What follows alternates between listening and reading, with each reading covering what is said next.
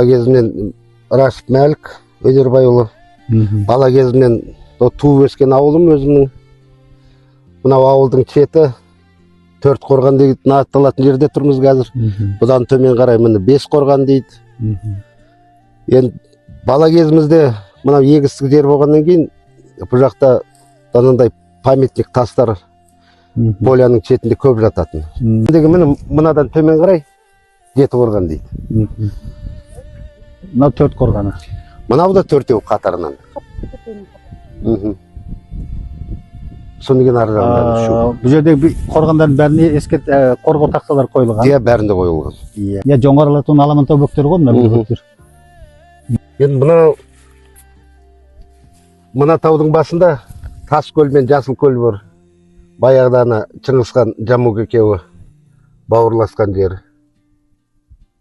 Тура мынаның төбесі. Мына былай қарасаңыз тау сияқты, ар жағынан да осындай тау. Мынаның ар жағы тура текелі. Мынаның төбесі жазық, құрған бар. Сол жақта жаңағы трактормен егін егіп жүрміз.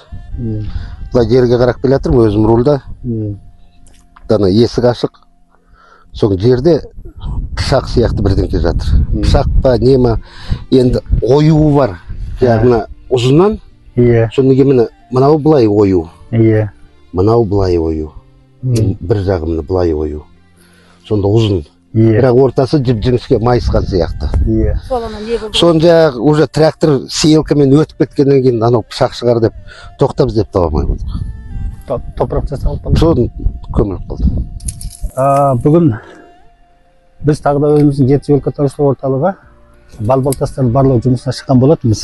Осыдан бірер апта бұрын Гүлбау аудандық мал дәрігерлік пунктінің қызметкері Ермек Сыбанқұлов хабарласып, қараусыз қалған бал-балтас бар екені туралы хабарлаған болатын.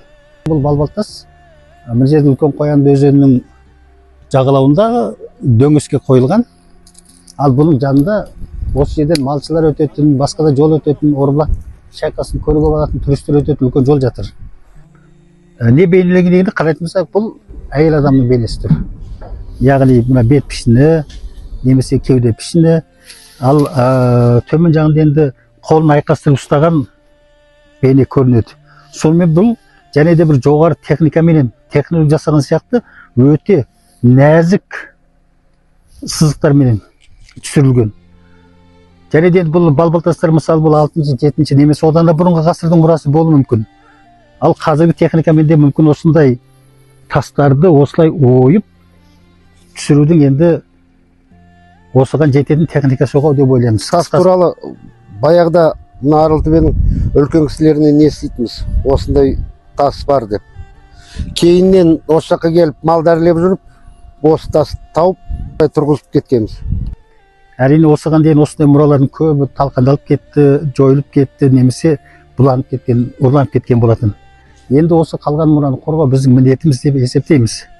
Сондықтан басқа адамдарда, басқа мекемелерге бізбен өзіміздің ұсыныстарымызды, өтініштерімізді қабылдай отырып, бұл нәрсені қорғауға алады деген ойдамыз. Бүгінгі дала жорығында Тескентерек өзенінің бойындағы 3-ші нысанға келіп отырмыз. Бұны енді жергілікті жұрт қасиетті бастау деп атайды екен. Енді бұл қасиетті бастау бұның орналасқан жер Тескентерек өзенінің орта аңғарында орналасқан қау бөктерінде. Енді бұдан басқа қау бөктерінде мұндай бұлақтар кезікпейді. Енді жергілікті тұрғындардың айтуынша бұл жерде кезінде 4 бұлақ болған.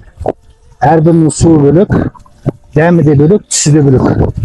Бұның түстері онда тастардан айқындалған. Мысалы мына бұлаққа келген кезде енді бұған енді кейінгі кезде осы ұңғыма қазылып жер астынан су шығарылғанын көруге болады. Ал ең бір қызығы мына ұңғымадан шыққан сулар осы жағалаудағы тастарды мынандай түске бояп қояды. Қысқасы бұл не деген кезде осы судың құрамында мүмкін брыш, мүмкін кальций немесе басқа енді өтілесі бұл зертханалық тексеру жүргіземіз. Табиғи методын болғандығын көруге болады. Енді тұрғындардың айтуынша бұл су әсіресе мынау асқазан ауруы бар адамдарға өте пайдалы екен. Демек, мұның мырыш құрамы мол деген сөз. Және де темір құрамында белгілі мөлшерде болған болуы ықтимал. Ал енді бұл бұлақ басына ары бері өткен адамдар тоқтап, осы бұлақ суынан өзеннің ыдыстарында су құйып алып кететін дәстүрге айналған. Енді біз келген кезде бұл бұлақты бірінші көріп отырғандықтан біз дайындықсыз келдік. Егер сізде асқазан ауруына ем іздейтін болсаңыз, осы бұлақтың суын ішіп көруді ұсынамыз. Даламызда осындай қасиетті бұлақтар көп.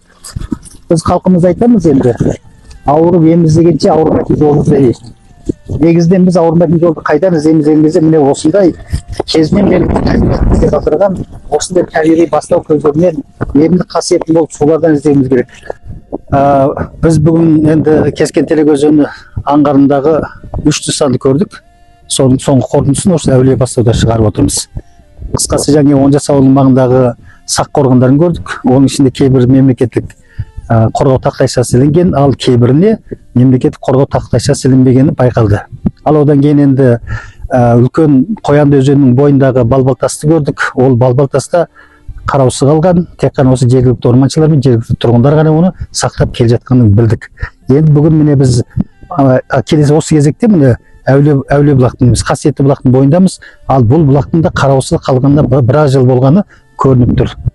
Біз енді қазір бағына келген өзіміздің күшімізбен сүйеніп енді бұлақ көзін ашқандай болдық. Бірақ та біз дайындықсыз келгеннен кейін, құрал жабдығымыз болғаннан кейін, одан ары көп нәрсе жасауға мүмкіндік болмады.